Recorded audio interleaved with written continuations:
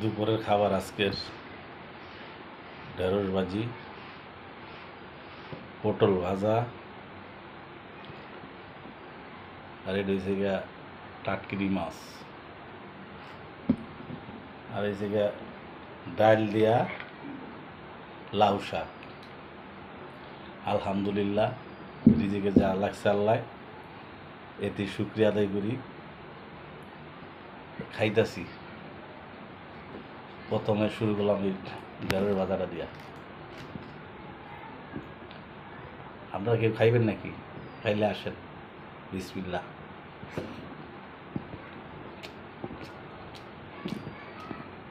শেষ আপ খাইতে